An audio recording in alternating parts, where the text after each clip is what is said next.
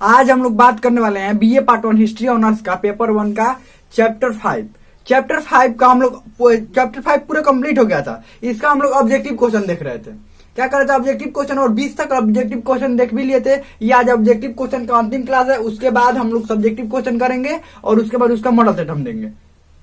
तो ये ऑब्जेक्टिव का क्वेश्चन की क्लास हम लोग शुरू करते हैं। अगर इससे पिछले वाला क्लास आप नहीं देखे हैं, यानी पिछले वाला भाग का वीडियो नहीं देखे हैं, तो लिंक डिस्क्रिप्शन में होगा प्लेलिस्ट का, वहां से देख सकते हैं, या इसी चैनल पर प्लेलिस्ट बना हुआ वहां से भी देख सकते हैं। तो चलिए बात करते हैं हम लोग हमारे 21 नंबर क्वेश्चन का। देखिए इससे क्या हो जाता है, रिवीजन भी हो जाता है, पूरा एक्सप्लेन हम करके बताते हैं, यानी कि पूरा विस्तार से आपको हम बताते हैं। तो ये इसके आसपास के जो भी ऑब्जेक्टिव क्वेश्चन और भी रहते हैं वो सब कवर हो जाते हैं। चलिए, सत्यमेव जयते कहाँ से लिया गया? ये मोस्ट इंपोर्टेंट क्वेश्चन है, ये हमेशा ये पूछ लिया जाता है, ध्यान रखिएगा।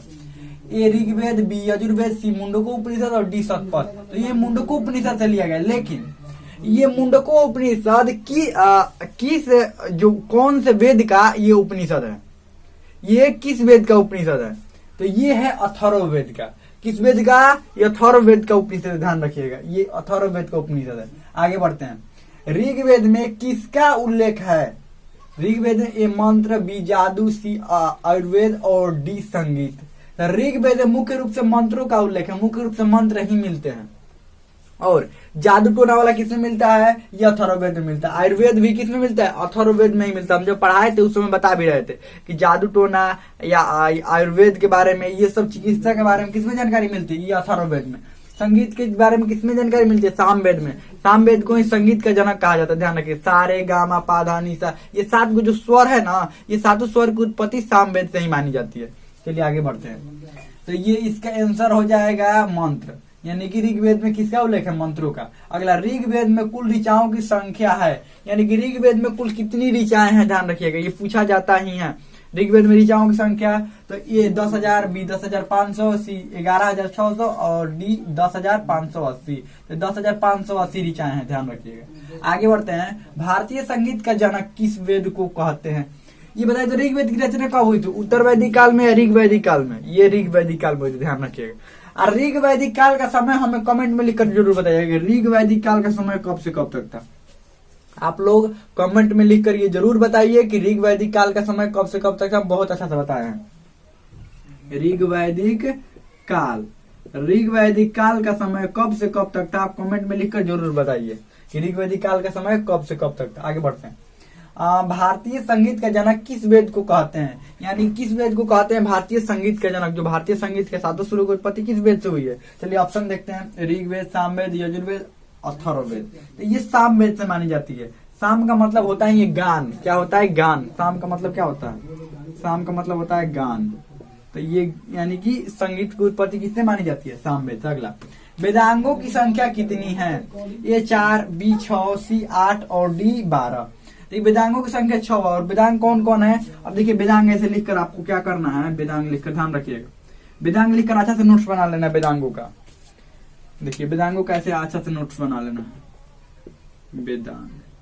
वेदांग ऐसे लिख लिया ना, तो वेदांगों का नोट्स बनाना है। अब कौन कौन वेदांग होंगे? दूसरा नंबर, ये दूसरा नंबर डाल देते हैं यहाँ पर, तीसरा नंबर, ये चौथा नंबर, ये 5 नंबर और ये 6 नंबर। अब वेदांग हम लोग लिखेंगे कौन कौन है? ज्योतिष, निरुक्त, छंद, कल्प, व्याकरण, और एक और कौन है? शिक्षा। ये 6 को क्या है? वेदांग है, यानी कि वेद के अंग है। वेदों को पढ़ने और समझने में मदद मिलता है इनसे। ये वेदांग जब हम पढ़ते हैं तो इससे क्या होता है कि वेदों को पढ़ने और समझने में, मतलब वेद कैसे लिखे गए हैं, क्या लिखे गए हैं, पूरा नियम के तहत, मतलब कैसे वेद को पढ़ा जाए कि समझ में आ जाए, ये सब वेदांग में लिखा हुआ है। इसीलिए वेदांग की रचना बाद में हुई, ध्यान रखिएगा। तो ये वेदांग ऐसे करके आप नोट्स में जरूर बनाइएगा इसको, वेदांग लिखकर। ऐसे लिखने से थोड़ा अच्छा लगता है देखने में। ऐसे बस देखिएगा सीधा सीधा क्या क्या, ज्योतिष, निरुक्त, छंद, कल्प, व्याकरण, शिक्षा, बस याद तो हो गया। तो इसका आंसर क्या हो जाएगा? वेदांगों की संख्या कितनी होती है? 6। तो ये 6 को हो गया। देखिए 6 को यहाँ पर दिया भी गया। अगला बढ़ते हैं। व्याकरण की सर्वप्रथम रचित पुस्तक है महाभाष्य, अष्टाध्याय, सी यजुर्वेद और डी ऋग्वेद। तो ये अष्टाध्याय है, ध्यान रखिएगा, अष्टाध्याय है। अगला है, मेघदूत की रचयिता कौन है? जो मेघदूत है उसकी रचयिता कौन है, ये पूछ लिया जाता है। ध्यान रखिए कि मेघदूत कई बार आ चुका है। वेद व्यास, वाल्मीकि, कालिदास या कौटिल्य। तो ये कालिदास ने क्या किया, मेघदूत की रचना की थी। कालिदास का एक और फेमस है, उसका नाम है मालविकाग्निमित्रम।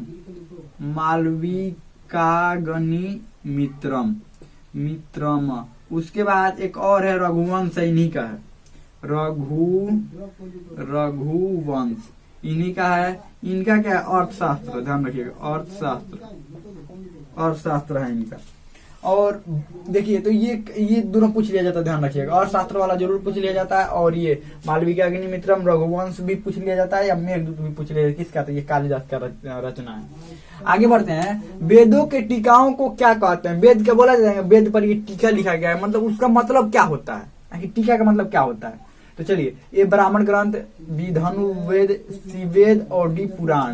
तो ये ब्राह्मण ग्रंथ होता है। अब देखिए, वेद पर टीका लिखा जाता है। हर वेद का 1-2 ब्राह्मण ग्रंथ है, यानी कि वेद पर टीका है। वो ब्राह्मण ग्रंथ को क्या कहते हैं, टीका। मतलब ये होता है कि वेद बहुत बड़े हो गए थे, तो कोई भी कार्य, यज्ञ करवाना होता था या कोई भी कार्य करवाना बहुत लंबे चौड़े, तो उसको छोटा रूप बनाया गया है। किस रूप में, ब्राह्मण ग्रंथ के रूप में। यानी कि उन पर एक छोटा टीका लिखा गया, मतलब उनका एक, समझ लीजिए, छोटा सा एक रूप बनाया गया है, जो कि ब्राह्मण ग्रंथ, यानी कि वही वेद पर टीका लिखा गया है। यही ब्राह्मण ग्रंथ होता है। जैसे ऋग्वेद का ऐतरेय हो गया, और भी जो बाकी जो 3 वेद है उनका भी अलग अलग कई जो है वो ब्राह्मण ग्रंथ है। चलिए आगे बढ़ते हैं।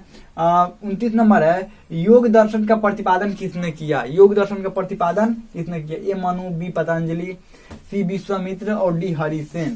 तो योग दर्शन का जो प्रतिपादन है वो पतंजलि ने किया, ध्यान रखिए। आगे बढ़ते हैं।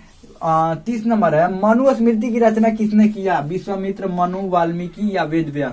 तो ये मनु स्मृति का रचना मनु ने किया। अब देखिए, मनु स्मृति का क्वेश्चन पूछ लिया जाता है कि आंग्ला भाषा में अनुवाद किसने करवाया था। जो मनु स्मृति है उसको आंग्ला भाषा में अनुवाद किसने करवाया था, विलियम जोन्स ने करवाया था। ध्यान रखिएगा, आंग्ला भाषा का मतलब हम बताए हैं अंग्रेजी होता है। विलियम जोन्स ने, ध्यान रखिएगा, विलियम जोन्स ने आंग्ला भाषा में अनुवाद करवाया।